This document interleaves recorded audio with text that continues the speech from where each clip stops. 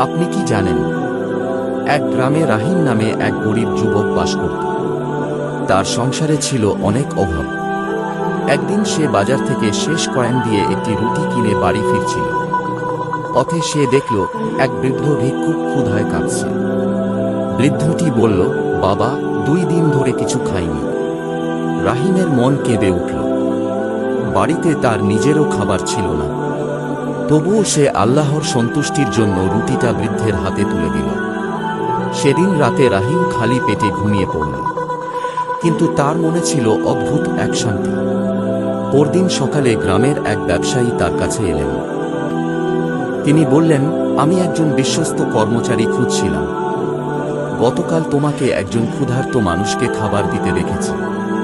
তোমার সততা ও দয়া আমাকে মুগ্ধ করেছে। ব্যবসায়ী তাকে কাজ দিলেন। কয়েক মাসের মধ্যেই রাহিমের অবস্থা বদলে গেল। তার সংসারে সচ্ছলতা ফিরে এলো। একদিন সে সেই বৃদ্ধকে আবার খুঁজে পেল। বৃদ্ধ হাসতে হাসতে বললেন, মনে রেখো, আল্লাহর পথে করা কোনো দান কখনো নষ্ট হয় না। রাহিম তখন বুঝতে পারল, সে এক টুকরো রুটি দিয়েছিল, কিন্তু আল্লাহ তাকে তার চেয়েও অনেক বেশি ফিরিয়ে দিয়েছেন। শিক্ষা: আল্লাহর সন্তুষ্টির জন্য করা ছোট্ট দানও মানুষের জীবনে বড় বরকত ও রহমত নিয়ে আসতে পারে।